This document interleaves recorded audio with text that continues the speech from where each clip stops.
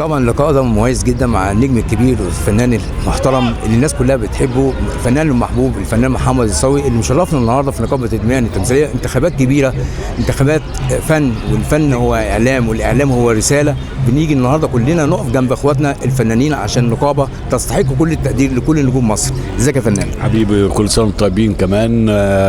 على فكره انا عايز اقول حاجه، انتخابات النقابه ديت على فكره شيء مرهق جدا لاعضاء المجلس والنقيب.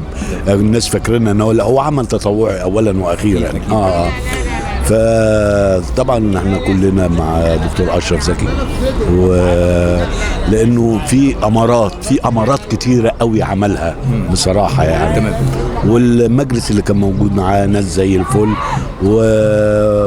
واي حد هيخش المجلس ده هيعاني مسؤولية كبيرة، مسؤولية طبعا وربنا معاهم، وانا قلبي معاهم كلهم يا رب. يمكن النهارده شايف الفنان الكبير احمد بدير، الفنان انا عنبر، الفنان ماجد المصري، الفنان نجوم مصر كلها النهارده متواجده. لازم كله يجي النهارده يحضر يدي صوته. مهم جدا، نجومنا لازم يبقوا موجودين، وانا شايف ان السنه دي ما شاء الله نجوم كتير جدا موجوده،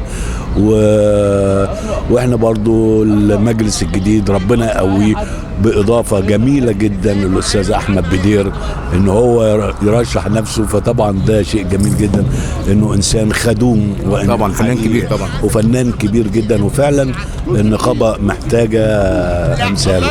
معنا بقى الاستاذ علي كمال، ومعنا الاستاذ ايهاب واشرف طلبه عشان ما انساش اسامي يقول لي انت ما رشحتليش.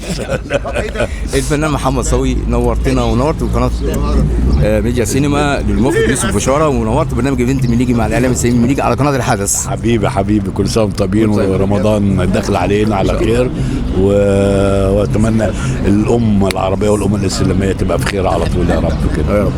شكرا يا فنان. شكرا.